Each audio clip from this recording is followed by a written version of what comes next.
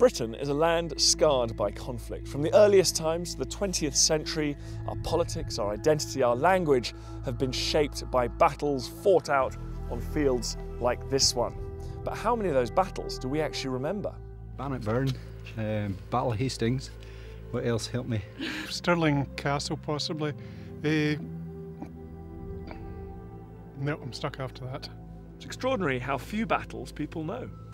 With more than 1,000 known sites, the landscape of Britain is a tapestry of battlefields. These are places where history was made, yet few are preserved or promoted.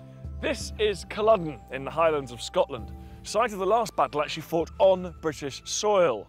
But unlike most of Britain's battlefields, this one has been faithfully preserved. Dr. Tony Pollard is an expert in battlefield archaeology. So what's so significant about this place, Tony? At the moment, we're walking through the cemetery of more than 1,000 clansmen who died fighting in the Battle of Culloden.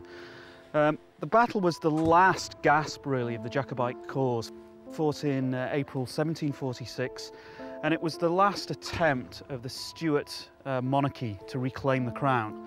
And I suppose it's easier for people to connect with that past if there's somewhere to come and see. Exactly. Culloden is a flagship, really. The world is looking enviously at Culloden as to an ideal way of presenting our battlefield heritage.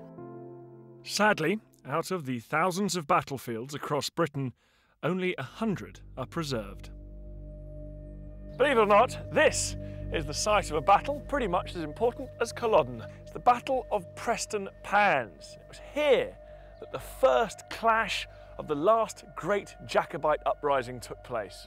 The Battle of Prestonpans is commemorated not with a visitor centre, but with a power station, a housing estate and a slag heap.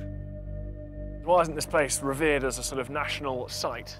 It's kind of been overshadowed by Culloden. And I suppose Culloden is on moorland, as we've seen, whereas this is sort of valuable real estate and there's industry and competing uses for the land. Yeah, sorry to say that many of these sites have since been built on. So Prestonpans is not unusual. In fact, a pristine battlefield in the UK is a very rare beast indeed these days. Fortunately, not all of Prestonpans' secrets have remained buried beneath the housing estate.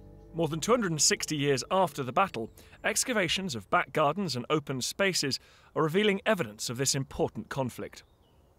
These are musket balls, and these 5 came from one garden, about 3 streets that way, out of somebody's rose bed.